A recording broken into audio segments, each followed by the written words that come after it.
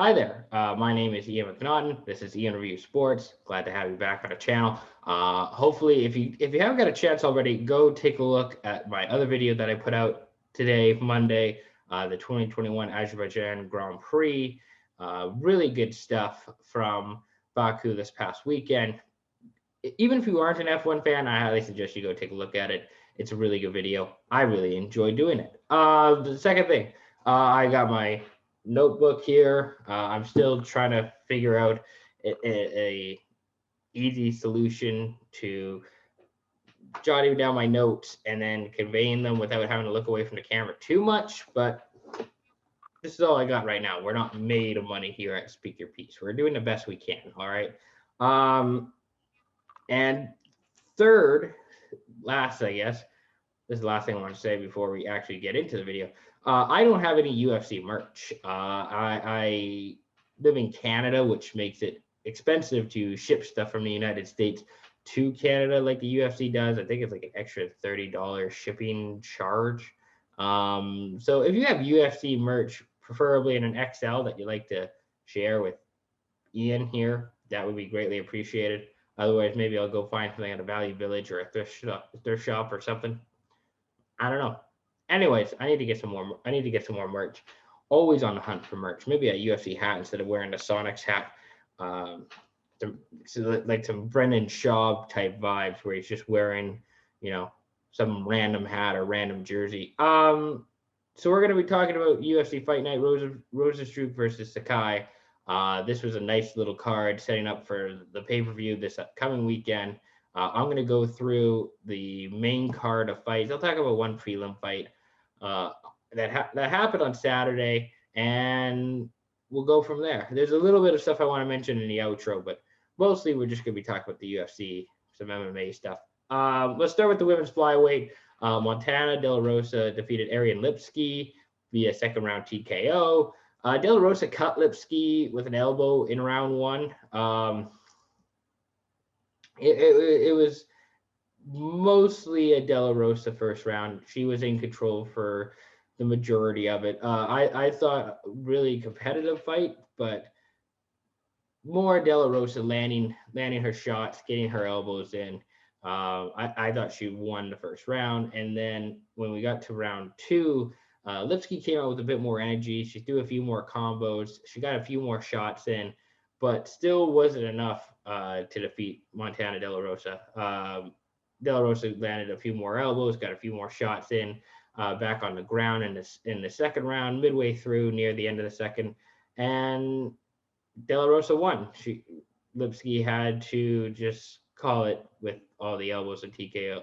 I can't remember who the ref was for the fight, but they essentially called it off. So TKO victory for De La Rosa, her first win overall since February 2020. Second loss in a row for Ariane Lipski.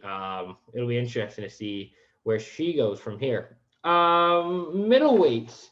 We got a couple middleweights fighting on Saturday night. Dusko Todorovic and Gregory Rodriguez. The interesting thing, and I don't know if this is just me and my inability to listen properly, I wasn't sure if Michael Bisping, who was doing the commentary on Saturday night, was actually saying Todorovic's name correctly.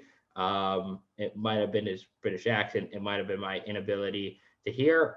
Not too sure, but I just thought I'd mention that. And let me know what you guys think in the comment section below if Bisping was saying his name right, or maybe I'm saying his name wrong. I thought it was Todorovic, but what do I know? What do I know? To start the round, really good combos from Rodriguez. 3 minutes, 3-minute mark of the round one. Really good combinations.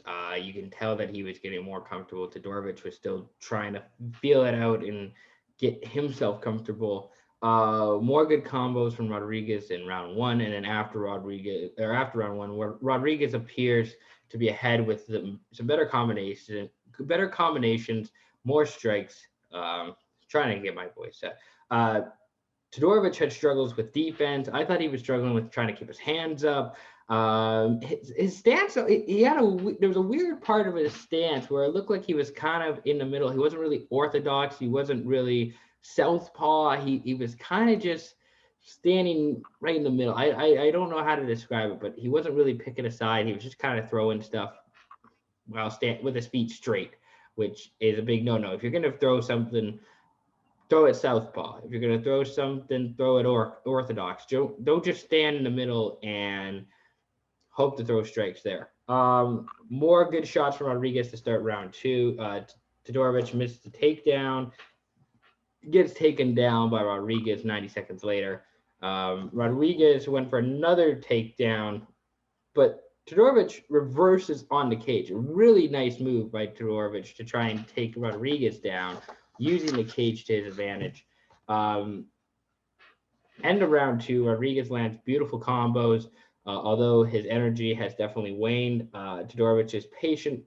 I thought he was possibly looking for a KO in the third round. I thought he was, he had more energy than Rodriguez in the final round, I thought, and he was kind of waiting for his shot. He was kind of waiting for his opportunity to just knock out Rodriguez. It never happened though. Each fighter escapes with the takedown in round three, and I wonder if Todorovic's right foot was injured. He wasn't. He was kind of hiding that one. He wasn't using it for kicks. He was, he was trying to check everything that went to that right foot, that right leg. I wonder if his right foot was injured. I'm not totally sure. That's just me making a guess. I hope he is okay, but I thought his right foot might have been injured. And strong end of round punches by both fighters, and Rodriguez won by unanimous decision. So Rodriguez got a nice victory. Todorovic, I think, needs to work on his skill a little bit. He looked a little bit too comfortable, especially when being down. I don't know if Rodriguez was just a better opponent than he was. That could also be a possibility. But great fight for Rodriguez. Left a little bit to desired if you're Todorovic and a fan of his, but we'll see. I'm interested to see what comes next for both of those guys as well. Now we're moving on to the welterweight fight. Santiago Ponzinibbio versus Miguel Baeza. This was a really fun fight from start to finish. Both men, I can't even, it was 3 rounds. I don't think I can. There's so much that happened in these 3 rounds. I could probably be here for another 20 minutes talking about the rounds. Both men traded shots from all over the octagon. I thought the best part of the fight was in the final minute of round 3 when each fighter was connecting with combos. Neither one of them went to the floor. It was just back and forth, shots after shots. Each guy just taking punches, strong chins from both Baeza and Ponzinibbio. And terrific. This was the fight of the night. One of the best fights I'd seen all year. Can't say enough about it between these two guys. I'm so glad I got to see this. Great welterweight fight. As a result, this was named fight of the night. Awesome bout. Great to watch. Ponzinibbio won by unanimous decision. I thought that was fair. I thought he landed more shots, more clean shots. But that's not to say that Baeza didn't land any shots either. He had some terrific shots that he landed on Ponzinibbio. It was if you get the opportunity to, I highly suggest you go watch the highlights from this fight if it's posted. You really should. Really tremendous fight. Really exciting. Really fun. Really, that's why you watch UFC, is for fights like that, where it's just guys just slugging it out, taking it out on one another, and they certainly did that. We'll go to the heavyweight. There's 2 heavyweight fights on Saturday night. We'll go to the co-main event. Walt Harris fighting Marcin Tybura. This was a bit of a surprise for myself. So Walt Harris came out strong in round 1, landing plenty of combos. Tybura appeared to be in trouble at one point. He was backing up to the cage. Harris was moving forward. Being the aggressive one, trying to land shots. The ref looked like he was going to go in. I think it was Mark Smith who was the referee. The referee looked like he was going in maybe to call the fight possibly, but Tybura stood his ground, held off the Harris assault on offense, and Tybura caught a mid kick from Harris, right in the middle of the cage. He caught it. Beautiful reverse into a takedown by Tabora. Exceptional job by Tabora to just catch the big kick and then reverse it. Exceptional job. And then once Tabora got on top of Harris, which is what happened with the reversal into the takedown, it was all over for Harris essentially. Harris couldn't flip his hips, so he was kind of front on the mat. His whole front of his body was laying down on the mat. His back was up.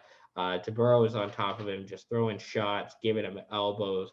Harris couldn't flip his hips. They were mentioning this during the broadcast with Bisping and Dominic Cruz. Harris couldn't flip himself onto his back to try and be a little bit more competitive. He was just taking shots. There was nothing you can do in that position. Thing to do would have been to flip himself up. I don't know if Harris had enough energy to do so or just was not able to do so. Nevertheless, he put himself in a vulnerable position. Tybura took advantage of it.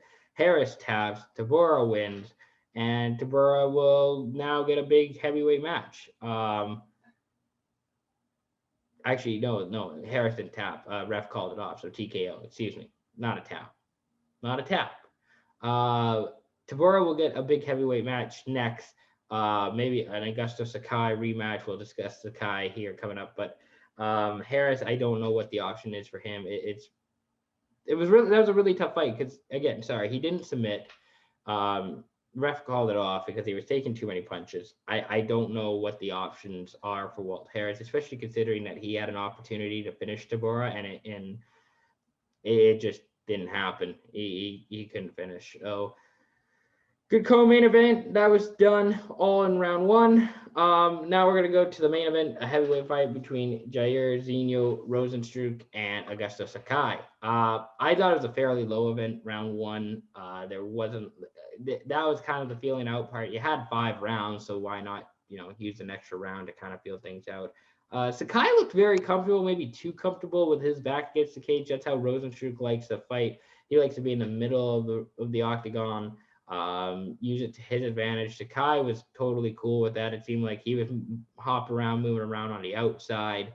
Both guys are looking for their opportunity to strike. There was a couple of punches thrown, not a whole lot of action happening.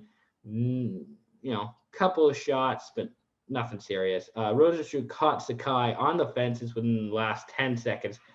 Had some poor form, I thought, as he bounced off the cage to throw his power right. So if you watch the replay, so he's kind of jabbing him with the left. It's a really weird sequence of events where he's kind of jabbing him with the left, and then he comes off the cage and he throws like a Superman punch right into Sakai, and that's it. That's all done. Fight's over.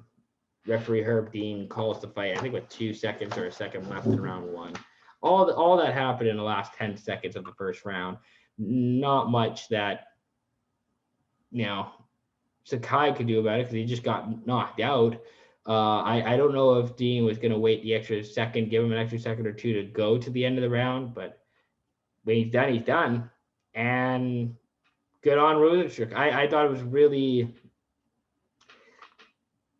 weird way. He got the knockout with the power right, but he was kind of hitting it with his jabs, and then he came off the cage. That was my issue with Rozenstruik coming into this fight, was that I think some of his form is very kind of meh, like not great form by any means.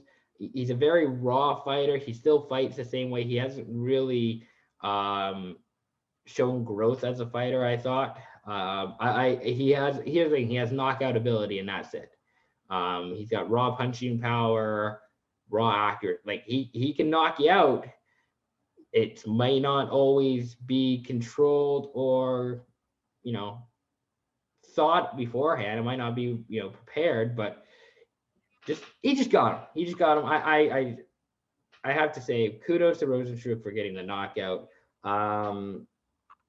Tough for Sakai, who I thought was going to win the fight coming into the fight. I thought he was going to, I thought he was going to win. I thought this would be a good story for Sakai to keep momentum going in the heavyweight division. And that was the performance of the night was Rozenstruik with the first round knockout. Other UFC notes: Canadian Tanner Boser, he lost questionable split decision. That was the last fight of the prelims against Ilir Latifi. The scores were 29-28, 27-29, 29-28. Yeah, I get it. I don't. I mean, you could have called that fight for either guy. I thought probably Boza deserved to win, but that's what happens when you have some bad judging. Sometimes that's not there's nothing you can do, which kind of hurts the most is when the judging costs you a victory. UFC 263 or yeah 263 this Saturday, Adesanya versus Vittori 2. We'll have a Ian Review Sports after that fight. That's the pay-per-view. We're gonna be watching that. We're gonna be covering that. We'll be reviewing that for you. So that's gonna be next Saturday at Gila River in Glendale, Arizona.